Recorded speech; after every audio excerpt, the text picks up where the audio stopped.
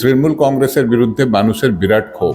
দেশের রাজনীতিতে বিজেপি কোনো ছাপ ছাড়তে পারে না। আমাদের লড়াইটা তো হয় বিধানসভা কেন্দ্রে। মানুষ পরিবর্তন এনেছিল বামপন্থীদেরকে পরাস্ত করে আরো বেটার গভর্নমেন্ট। দেখবেন আজকেও তাদের মন্ত্রীরা জেলে আছে। বিজেপির সঙ্গে তৃণমূলের সেটিংটা মানুষ স্পষ্ট বুঝতে পারছে। ভাতা দিয়ে তো একটা বেকারকে কি হবে, এই ভাতা দিয়ে তার পরিবার চলবে, সেই জন্য ভাতাটাকে আমরা খুব মেলাইন করছি না। নমস্কার, আপনারা দেখছেন জজবাত 24 বাংলার সঙ্গে রয়েছি আমি দৃষ্টি। বিধানসভা নির্বাচনের বাদ দিয়ে ইতিমধ্যেই কিন্তু বেজে গিয়েছে। রাজ্যের শাসক দল তৃণমূল কংগ্রেস বলছে উন্নয়ন চাই, আর অন্যদিকে বিরোধী দল বিজেপির পক্ষ থেকে বলা হচ্ছে পরিবর্তন চাই। তবে তৃণমূল বিজেপির মধ্যে বামেদের সুনির্দিষ্ট রোডম্যাপ কি, তারা বিধানসভা নির্বাচনের জন্য কতটা প্রস্তুত, এই মুহূর্তেই আজকের এই আলোচনায় আমার সঙ্গে রয়েছে সিপিএম নেতা দিলীপ সিং মহাশয়। দিলীপ বাবু, আপনাকে জজবাত 24 বাংলায় স্বাগত। প্রথমেই জিজ্ঞেস করব, আসন্ন বিধানসভা নির্বাচনে বামেদের সুনির্দিষ্ট রোড ম্যাপ কি, তাদের বিকল্প কি এই বিধানসভা নির্বাচনে, কি বলবেন? বামপন্থাই বিকল্প। দেখবেন তৃণমূল কংগ্রেসের বিরুদ্ধে মানুষের বিরাট ক্ষোভ। আমরা লাস্ট 2 মাস বাংলা বাঁচাও যাত্রার ঠিক পরেই আমরা আমাদের এই জেলাতে, স্পেশালি ডাবগ্রাম, ফুলবাড়ি যে assembly constituency, Siliguri assembly constituency, Naxalbari, আমরা বাড়ি বাড়ি যাচ্ছি। এই বাড়ি বাড়ি গিয়ে একটা জিনিস স্পষ্ট, মানুষের তৃণমূল কংগ্রেসের বিজেপির বিরুদ্ধে অনীহা, তাদের বিরাট আক্রোশ। তারা তৃণমূল কংগ্রেসের দুর্নীতি, তৃণমূল কংগ্রেসের শিলিগুড়ি মিউনিসিপ্যাল কর্পোরেশন পরিচালনার ক্ষেত্রে যে ব্যর্থতা, তৃণমূল কংগ্রেস যেভাবে লুট করছে, সিন্ডিকেট রাজ চালাচ্ছে, মানুষ পরিবর্তন চাচ্ছে। মানুষ এবার প্রস্তুত, মানুষই এই কথাগুলো বলছে। দেখবেন বিজেপির রাজনীতিটা মানুষ কিন্তু নেগেট করতে শুরু করে দিয়েছেন। এটা আমরা গ্রাউন্ডে গিয়ে এই বিষয়গুলোকে টের পাচ্ছি, এই বিষয়গুলো বুঝতে পারছি। আমাদের রোডম্যাপ, যেটা আপনি জানতে চাইলেন, মানুষ এর কাছে গিয়ে মানুষের বিশ্বাসটাকে অর্জিত করা, মানুষের সঙ্গে কথা বলা। অসংখ্য কর্মীরা এই কাজ করে যাচ্ছেন। মানুষের কাছে গিয়ে আমরা মানুষের সঙ্গে কথা বলে, আমরা বলছি 34 বছর বামফ্রন্ট সরকার, সে সময়কার যে কাজগুলো ছিল, ধরেন 2 কোটি বেকারের চাকরির কথা মোদিজি দিয়েছিলেন। মোদিজি বলেছিলেন কালো ধন আনবেন তিনি, 15 লাখ টাকা করে সবার জনধন যোজনাতে সবার ব্যাংক অ্যাকাউন্টে যাবে। আরও অনেক প্রতিশ্রুতি বিজেপি দিয়েছিল। আমাদের এলাকার সাংসদরা বিজেপির, আমাদের এলাকার এমপি এমএলএ বিজেপি, কিন্তু বিজেপি আমাদের এলাকার জন্য বা দেশের রাজনীতিতে বিজেপি কোনো ছাপ ছাড়তে পারেনি। একটাই তাদের হিন্দু হিন্দু হিন্দু, এই যে হিন্দু মুসলিমদের বিভাজনের রাজনীতি ছাড়া তারা এই মুহূর্তেও মানুষের আস্থা অর্জিত করার জন্য, মানুষের কাছে, মানুষের জন্য কিছু করতে পারেনি। আমাদের এমস হওয়া উচিত ছিল উত্তরবঙ্গে, আমাদের সেন্ট্রাল ইউনিভার্সিটি হওয়া উচিত ছিল, আমাদের শহর শিলিগুড়িতে আরও উন্নয়ন, এরকম শিক্ষার ক্ষেত্রে, স্বাস্থ্যের ক্ষেত্রে বা মানুষের যেতে কাজ হয়, এমপ্লয়মেন্ট হয়, সেই ধরনের কোনো উন্নয়নের কাজ বিজেপিও করতে পারেনি। তৃণমূল কংগ্রেস তো টোটালি ফেল। তৃণমূল কংগ্রেস দেখবেন লাস্টে তৃণমূল কংগ্রেসও ঠিক রাম মন্দির ঢাচে, মন্দির নির্মাণের মহাকাল মন্দির হবে। এই যে রিলিজিয়াস ধর্মকে নিয়ে রাজনীতি করাটা যেভাবে বিজেপি শুরু করেছে, আলটিমেটলি মমতা ব্যানার্জির দল টিএমসিও সেই রাজনীতিতে পা বাড়িয়েছে। এই দুটোকেই মানুষ রিফিউজ করছে। এবার নির্বাচনে মানুষ তার বিকল্প, যারা কথা বলবে এমপ্লয়মেন্টের, যারা কথা বলবে সাধারণ মানুষের উন্নয়নের, যারা কথা বলবে এলাকার উন্নয়ন। শিলিগুড়ি মিউনিসিপ্যাল কর্পোরেশন আমরাও তো পরিচালনা করেছিলাম, আমরা ছিলাম লাস্ট বোর্ডেও, আমরাই ছিলাম। সে সময় যে উন্নয়নের কাজ হয়েছে, শুধু রাস্তাঘাট না, আরও যে উন্নয়নের কাজ হয়ে গেছে, সেগুলোই মানুষের কাছে আমরা তুলে ধরছি। দেখবেন শিক্ষার ক্ষেত্রে আমাদের যে বামফ্রন্ট সরকারের পরে যে কাজ হয়েছিল, সেই মানুষ সেগুলো নিজেও বলছে যে আপনারাই ভালো ছিলেন, আপনারাই পারবেন, আপনাদেরকে আনতে হবে। এই 3টি কথা মানুষ বলছে। দাদা, এই জায়গাটাই আমার একটা প্রশ্ন। 26-এর বিধানসভা নির্বাচনে বুদ্ধদেব ভট্টাচার্য, জ্যোতি বসুর মতো কোনো মুখ্যমন্ত্রী পদপ্রার্থী আছে? মানুষ কি দেখে ভোট দেবে? না, আমাদের দেখবেন একসময় মিডিয়াতে একটা ধারণা সৃষ্টি করানো হয়েছিল কি মানুষ নতুন মুখ নাই, ইয়াংরা নাই। এবার দেখবেন যখন এক গাদা ইয়াং ক্যান্ডিডেট, ইয়াং কর্মীরা আমাদের পার্টিতে এসেছেন, সেটা মীনাক্ষী, সেটা শতরূপ, সেটা আরো অনেক নাম শেষ করতে পারবো না আমরা, প্রতিকূল, আমাদের দেবরাজ বর্মন, আমাদের উত্তরবঙ্গে দেখবেন প্রণয় কার্জি, এরকম অসংখ্য নাম আছে যারা আমাদের নতুন মুখ। আচ্ছা, বামপন্থীদের মুখের প্রয়োজন কেন হবে? আমাদের যে বিকল্প নীতি, সেই বিকল্প নীতি, যে নীতিকে সামনে রেখে 34 বছর আমরা কৃষিতে 1 নম্বর হয়েছি, যে নীতিকে সামনে রেখে আমরা শিক্ষা গ্রামে গ্রামে পৌঁছে দিতে পেরেছি, প্রাইমারি এডুকেশন থেকে high education, higher secondary education পর্যন্ত অবৈতনিক করতে পেরেছি। এটা তো একটা নীতি, যে কৃষকদের হাতে জমি যে নীতি দিয়েছে, জোরদার জমিদার থেকে জায়গা ছিনিয়ে কৃষকদের হাতে, গরিব কৃষকদের হাতে তুলে দেওয়া হয়েছে, সেই নীতিটাই তো বড়। মুখও আছে আমাদের। যদি ধরেন মুখের কথা যদি হয়, তাহলে এই যে নতুন প্রজন্মের ছেলে মেয়েরা যারা এসেছে, তারা কি খারাপ কোনো মুখ? তাদের মধ্যে যে কেউ আমাদের মুখ হতে পারে, সেটা আমরা তো বিশ্বাস করি কি বিধায়করা ঠিক করবেন তাদের মুখ কে হবে। কিন্তু এই সময় একটা পার্সোনালিটি কাল্টের রাজনীতি। দেখবেন মোদি হয়তো মুমকিন হ্যায়, তার মানে নীতির কথা না, মোদির কথা। দেখবেন অনেক সময় এই যে সবাই পোস্ট, একটা পোস্ট বাদ বাকি সব ল্যাম্প পোস্ট, ঠিকই তো। এই রাজনীতিতে আমরা বিশ্বাস করি না। আমরা বিশ্বাস করি কালেকটিভ এফোর্ট, কালেকটিভ রেসপন্সিবিলিটি, আর সিদ্ধান্ত হবে কালেকটিভলি। কিন্তু হাজার মুখ আছে বামপন্থীদের মধ্যে, এক থেকে এক উজ্জ্বল মুখ, যে কোনো মুখ আমাদের সামনে থেকে লিড দিতে পারে। আমাদের পার্টির তো লিডারশিপ, অসংখ্য লিডারশিপ আছে, সেটা যে কেউ আমাদের মুখ হতে পারে।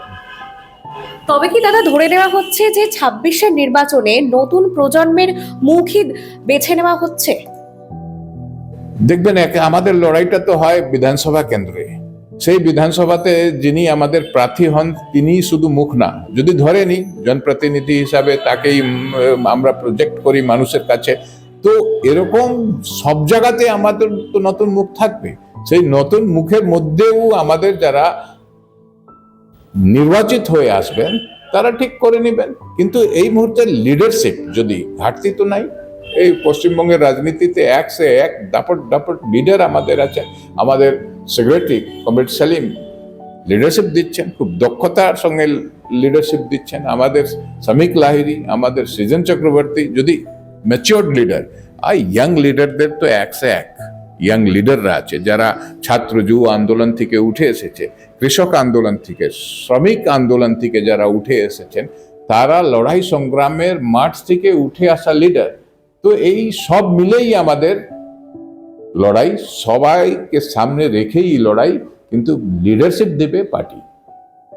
দাদা, আরেকটা বিষয় জানতে ইচ্ছা করছে যে গত কয়েকটি নির্বাচনে বামেদের ভোট ব্যাংক শতাংশের নিচে কিন্তু নেমে গিয়েছে, কিন্তু সেই হাল কি এবার ফিরবে 26-এর বিধানসভা নির্বাচনে? কি মনে করছে?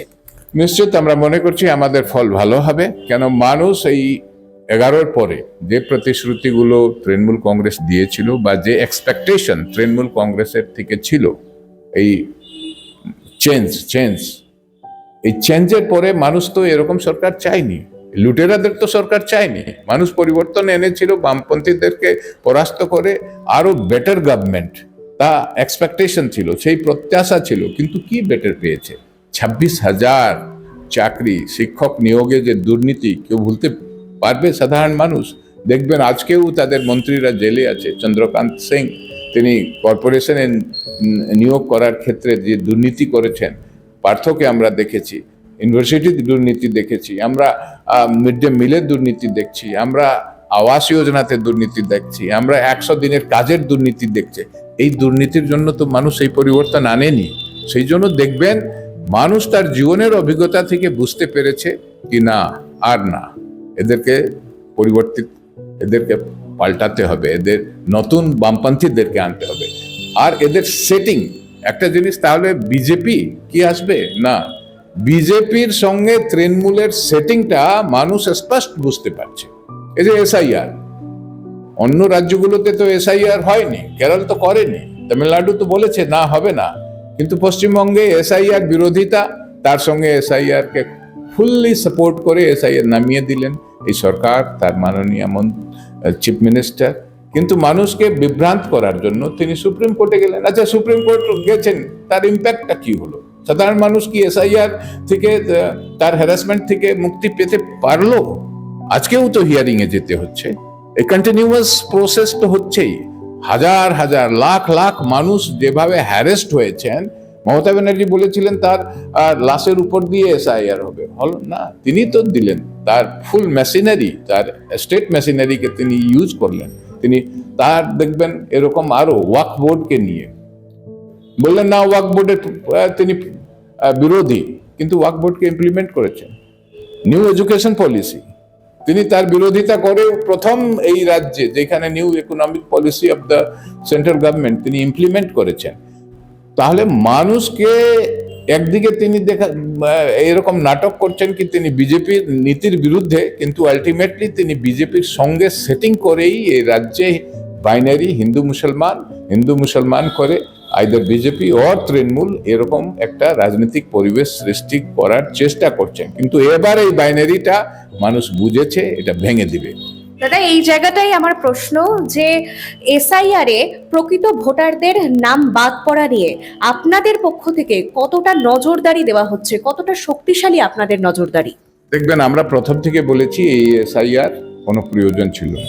রিভিশন, ভোটের রিভিশনটা চিরদিন হয়ে এসেছে, এর আগেও হয়েছে, এটা স্বাভাবিক একটা প্রক্রিয়া। কিন্তু স্পেশাল ইন্টেন্সিভ রিভিশন, এই ইন্টেন্সিভ রিভিশনের নামে ইলেকশন কমিশন ডিলিশনের প্রসেস শুরু করলো, চাইতে শুরু করলো সিটিজেনশিপ। আমি যে ভারতের নাগরিক কিনা সেটা অধিকার নাই, ইএসআই ইলেকশন কমিশনের এটা অধিকারের পরে না কি সে আমার সিটিজেনশিপ চাইবে। আমরা প্রথম থেকে বলেছি এটা বেআইনি, এটা ঠিক হচ্ছে না। রিভিশন হোক, ডেডরা যারা ভুয়ো ভোটার, যারা অ্যাবসেন্টি, তাদের নাম বাদ আগেও হয়েছে, এবারও হোক। কিন্তু এবার যে প্রসেসটা তারা শুরু করেছে, যে প্রসেসে দেখবেন 2002 এর যাদের নাম ছিল, যাদের ড্রাফট ভোটার লিস্টে নাম উঠে আছে, তাদেরও লজিক্যাল ডিসক্রিপেন্সির নামে তাদেরকেও হিয়ারিং এ। এটা হ্যারাসমেন্ট ছাড়া কি? কোথায়? বিহারে হয়েছে তো এসআইআর, কত রোহিঙ্গিয়া বিহারে পাওয়া গেল, কত ফরেনার্স সিটিজেনদেরকে বিহারে এসআইআর পরে পাওয়া গেছে না? তাহলে কয়েক হাজার কোটি টাকা, বিহারে 2000 কোটি টাকা খরচ হয়েছে, এইখানেও 3,500 কোটি টাকা খরচ হবে। এই টাকা আমাদের হার্ড আর্ন ট্যাক্সের টাকা, সেগুলো করার কি মানে হয়? হ্যারাসমেন্ট হচ্ছে। আর জেনুইন কিছু ভোটারদের নাম বাদ পড়েছে, এটা তো ফ্যাক্ট, সবাই জানে। কিছু জেনুইন যারা ডেড না, তাদেরও নাম বাদ দিয়ে তারপরে হ্যারাসমেন্ট, কত লোকের মৃত্যু হতো, এটা প্রয়োজন ছিল না। আমরা কিন্তু রাস্তায় ছিলাম, আমাদের হেল্প ডেস্ক গুলো ছিল, আমরা মানুষের কাছে গিয়েছি কি মানুষ তার ডকুমেন্টেশন, মানুষ এই এসআইআর যাতে পার্টিসিপেট করতে পারে, না পার্টিসিপেট করলে তাদের নাম বাদ পড়বে। তাই আমরা মানুষের পাশে এসআইআর নিয়ে অ্যাজ আ অ্যাসিস্ট্যান্স হেল্প হিসাবে আমরা ছিলাম। দাদা, বুথ স্তরে সংগঠনের হাল ফেরাতে এবং তরুণ প্রজন্মকে ঐক্যবদ্ধ, সংঘবদ্ধ করতে আগামী দিনে দলের পক্ষ থেকে কি পদক্ষেপ নেওয়া হবে? দেখবেন, আমাদের সংগঠন এখনো বুথ স্তরে আমাদের সংগঠনটা আছে। আমি তো বিজেপিকে বুথ স্তরে দেখতে পাই না।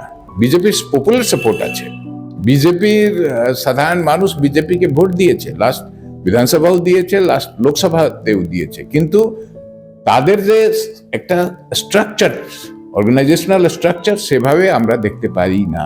কিন্তু পপুলার সাপোর্টটা আছে। আমাদের পপুলার সাপোর্ট কমেছে, পপুলার সাপোর্টের দিক থেকে মানুষ আমাদেরকে ভোট কম দিয়েছে, আমাদের ভোট শিফট হয়েছে অন্য রাজনৈতিক দলে। তবুও আমাদের নিউক্লিয়াস, আমাদের সাংগঠনিক যে কাঠামো, সেটা আছে।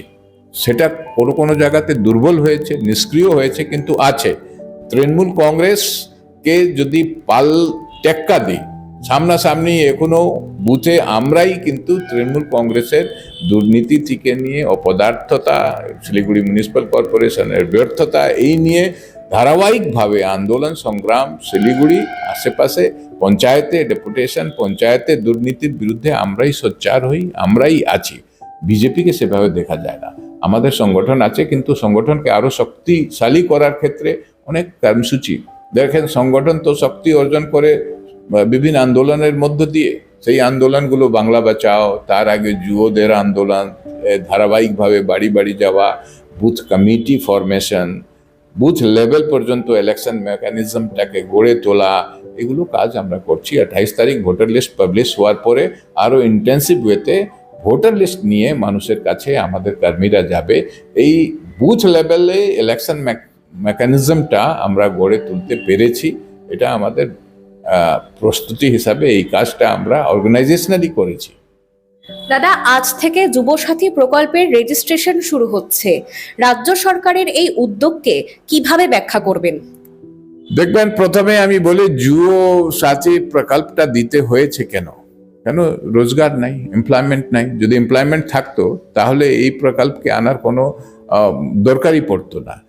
কয়েক লাখ মানুষকে তারা এই প্রকল্পে আনতে চায়, আর 1500 টাকা মতন এই টাকা দিয়ে, 1700 টাকা বিভিন্ন ভাতা দিয়ে, 500-200 বাড়িয়ে মানুষের মূলভূত যে সমস্যাগুলো, যে ক্রাইসিসগুলো, সেগুলোকে তো অ্যাড্রেস করতে পারছে না সরকার। দেখবেন, মানুষ চায় কি?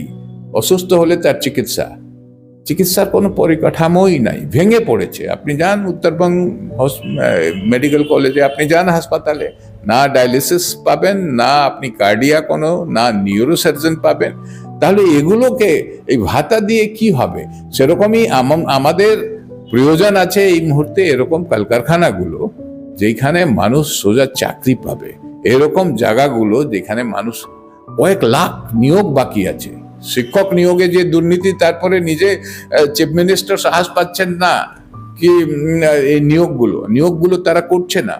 পুলিশে নিয়োগ হচ্ছে না, সিভিক দিয়ে চালানো হচ্ছে। প্রাইমারি স্কুল, হাই স্কুল, বিভিন্ন কোর্ট কাছারিগুলোতে নিয়োগ বন্ধ। বিভিন্ন জায়গাতে কোনো নতুন রিক্রুটমেন্ট তারা করছে না। সেই রিক্রুটমেন্ট হওয়া দরকার ছিল। ভাতা দিয়ে তো একটা বেকারকে কি হবে? তার এই ভাতা দিয়ে তার পরিবার চলবে? সেই জন্য ভাতাটাকে আমরা খুব মেলাইন করছি না, কিন্তু ভাতা তো প্রয়োজন না, নিড হলো এমপ্লয়মেন্ট। সেটা তারা দিতে পারছে না। সেটা আজকে নতুন প্রজন্ম, আজকে যুবরা সেটা ভালোভাবে জানে। কি যদি সিঙ্গুর হয়ে থাকতো, সিঙ্গুর যদি হতো, তাহলে তাদের কাজ হতো। সিঙ্গুরের পরে বিভিন্ন কলকারখানাগুলো আমাদের রাজ্যে যেভাবে আসতো, অটোমোবাইলের ক্ষেত্রে যে আমরা করতে পারতাম, একটা নতুন দিগন্ত খুলে যেত, সেটা হয়নি। দায়ী মমতা ব্যানার্জি। সেটা যুবরা ভালো করে বুঝতে পেরেছে এখন। দাদা, কংগ্রেসের পক্ষ থেকে যখন একলা চলো নীতির কথা বলা হচ্ছে, তখন বামপন্থীরা কি ত্রিশক্তির লড়াই করতে প্রস্তুত?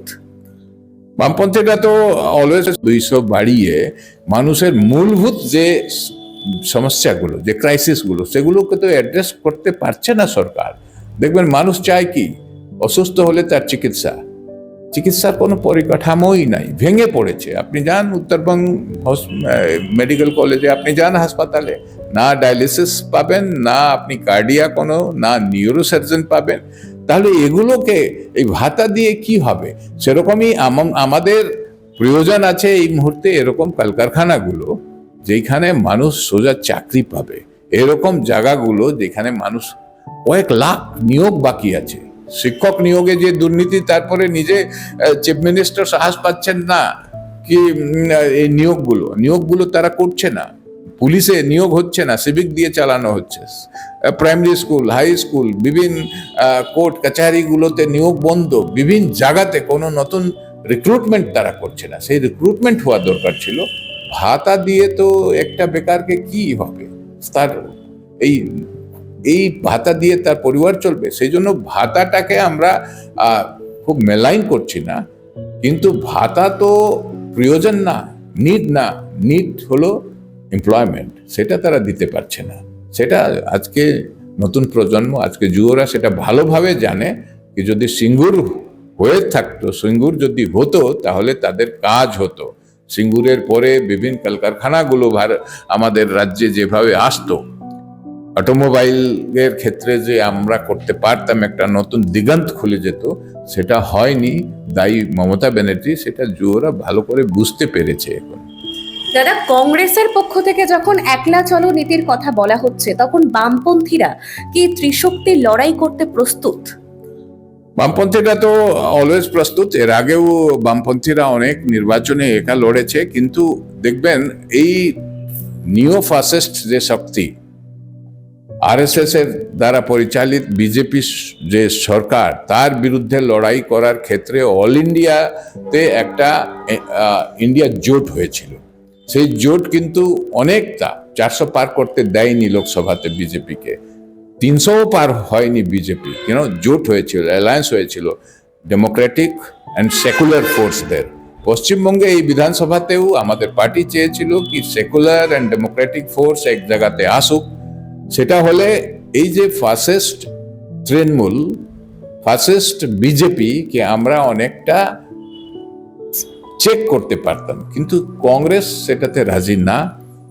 সিপিআইএম, বামপন্থী আরো দলগুলো নিজে নিজে আমরা সেই শক্তি আছে, আমরা লড়বো, কিন্তু অল ডেমোক্রেটিক ফোর্স একসঙ্গে আসলে, সেকুলার ফোর্স একসঙ্গে আসলে ভালো হতো।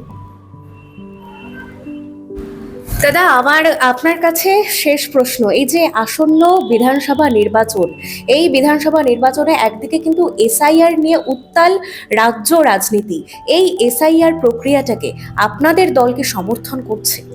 আমি আগেই বললাম, এসআইআর কে আমরা কোনোদিন সমর্থন করিনি। আমরা এই রিভিশন, ভোটের রিভিশনটা হোক, ডেড ভোটার্সরা বাদ হোক, অ্যাবসেন্টিরা বাদ হোক, ভুয়ো ভোটাররা বাদ হোক, এটা আমরা চেয়েছিলাম। কিন্তু যেভাবে মানুষের হ্যারাসমেন্ট করা হলো, যেভাবে যাদের নাম 2002-এ আছে, ড্রাফট ভোটার লিস্টেও যাদের নাম আছে, তাদেরকে শুধু ছোট্ট ছোট্ট ভুল ভ্রান্তি, যেগুলো টেকনিক্যাল, যেগুলো ঠিক করানো যেত, লজিক্যাল ডিসক্রিপেন্সির নামে যেভাবে হ্যারাসমেন্ট করা হচ্ছে, এগুলোর আমরা ঘোর বিরোধ করেছি। আমরা ইভেন সুপ্রিম কোর্টেও এই কিছু মামলা করেছি, যাতে এভাবে এসআইআর নামে মানুষের হ্যারাসমেন্ট বা মানুষের সিটিজেনশিপ চাওয়া, এই অধিকার যেটা ইএসআই নাই, সেটা তারা করছে, তার বিরুদ্ধে আমরা চাই ভোটার লিস্ট আপডেটেড থাকুক, ভোটার লিস্ট একদম স্বচ্ছ থাকুক। কিন্তু সেটা না করে ইসিআই এবার ভোটার লিস্ট আপডেট করার, রিভিশনের নামে নানা কারচুপি করার চেষ্টা করেছে, ভোটারদের নাম বাদ দেওয়ার একটা চেষ্টা হয়েছে, যেটা আমরা ঘোর বিরোধী, যেটা আমরা শুরু থেকেই বিরোধ করে আসছি। একেবারে অনেক ধন্যবাদ দাদা সময় দেওয়ার জন্য। আমরা কথা বললাম সিপিএম নেতা দিলীপ সিং মহাশয়ের সঙ্গে। তিনি যেমনটা জানালেন, বুথ স্তরে সাংগঠনিক যেই পরিকাঠামো তাদের একেবারে কিন্তু দুর্বল হয়ে পড়েছে, কিন্তু হারিয়ে যায়নি। 26-এর নির্বাচনে আবারও ঘুরে দাঁড়াতে পারে বামেরা। শিলিগুড়ি থেকে ক্যামেরায় ছোটনের সঙ্গে দৃষ্টি, জজবাত 24 বাংলা।